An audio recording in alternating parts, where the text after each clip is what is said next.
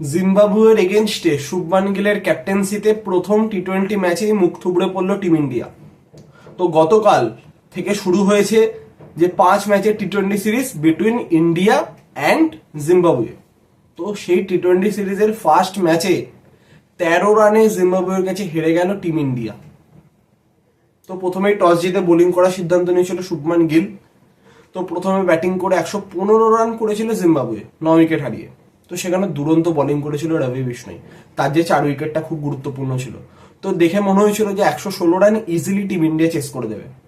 কিন্তু team India যখন batting করতে নামে তখন ভয়ঙ্কর ভাবে ব্যাটিং কোলাপস হয়, প্রত্যেকে আউট হয়ে যায়। তো শেষ যে ভরসা ছিল শুভমান গিল, তো তিনি যখন সিকান্দার আজহার বলে 31 রানে আউট হয়ে যান তখন সব আশাই শেষ হয়ে যায়। তো 102 রানে অল আউট হয়ে যায় টিম ইন্ডিয়া এবং 13 রানে ম্যাচ জিতে যায় জিম্বাবুয়ে।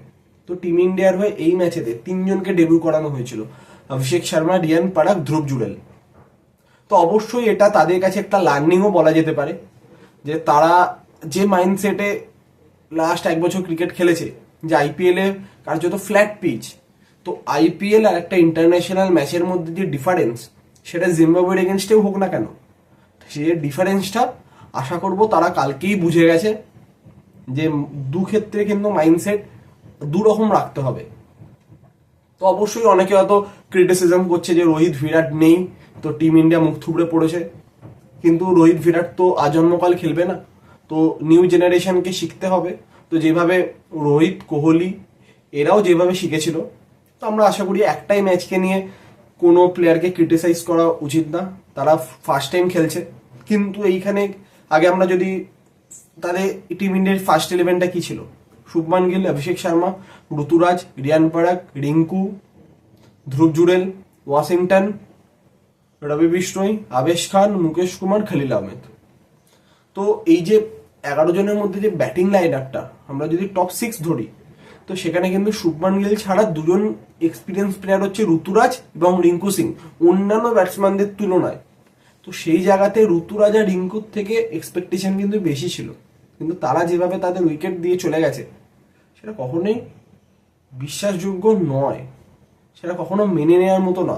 শুভমান গিল চেষ্টা করেছিল, কিন্তু তিনি 31 রান করেছিলেন, কিন্তু সিকান্দার রাজা বলে তিনি যখন আউট হয়ে যান তখন আশা শেষ। তো লাস্টের দিকে কপাল ভালো যে 102 অব্দি গেছিল। তো প্রথম টি-20 ম্যাচে 13 রানে হেরে সিরিজে 1-0 ব্যবধানে পিছিয়ে গেল টিম ইন্ডিয়া। তো আজকে আবার সেকেন্ড টি-20 আছে হারারে স্পোর্টস ক্লাবে।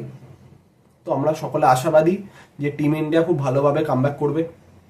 তো যেমনটা জানানো হয়েছিল, ওপেনিং করবে শুভমান গিলের সাথে অভিষেক শর্মা এবং 3-এ খেলবে ঋতুরাজ। তো অভিষেক শর্মার ক্ষেত্রে কিন্তু কালকে তিনি 0 রানে আউট হয়েছেন, তো নিজের ডেবিউতে। তো তিনি বুঝে গেছেন যে ডিফারেন্সটা কোথায় ইন্টারন্যাশনাল ক্রিকেট আর আইপিএল এর মধ্যে। তো আমরা আশা করব যে তার থেকে আপনি এটা এক্সপেক্ট করতে পারেন না যে কালকে 0 করেছে আজকে এসে সেঞ্চুরি করে দেবে, কিন্তু যে ইমপ্রুভমেন্ট সেটা আমরা আশা করব সেটা যাতে দেখা যায়। কারণ থার্ড টি-20 ম্যাচ থেকে জয়সওয়াল, সঞ্জু, দুবে এরা চলে এলে কিন্তু সেক্ষেত্রে অভিষেক শর্মা সুযোগ নাও পেতে পারে, কারণ জয়সওয়াল খেলবেই, এটা একদম কনফার্ম। তো সেই জায়গাতে তাকে পারফর্ম করতেই হবে, কারণ যা কম্পিটিশন সামনে 2026 টি-20 ওয়ার্ল্ড কাপকে মাথায় রেখে, তার আগে টিম ইন্ডিয়ার টোটাল 40টা ম্যাচ খেলার কথা, টি-20 ম্যাচ। তো সেইখানে প্রতিটি ম্যাচে গুরুত্বপূর্ণ কম্বিনেশন বানানোর জন্য বেস্ট কম্বিনেশন কি হতে পারে, তার কারণ রোহিত আর কোহলি এবং জাদেজা থাকবে না।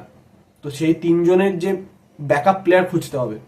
তো সেই রেসপেক্টে দেখতে গেলে আজকে সেকেন্ড টি-20 ম্যাচে আমরা খুবই আশাবাদী যে আমাদের দল ভালো পারফর্ম করবে। তো আমরা প্রত্যেকে চাইবো শুভমান গিল তার ক্যাপ্টেনশিপে আজকে প্রথম টি-20 ম্যাচটা যেন জিতুক।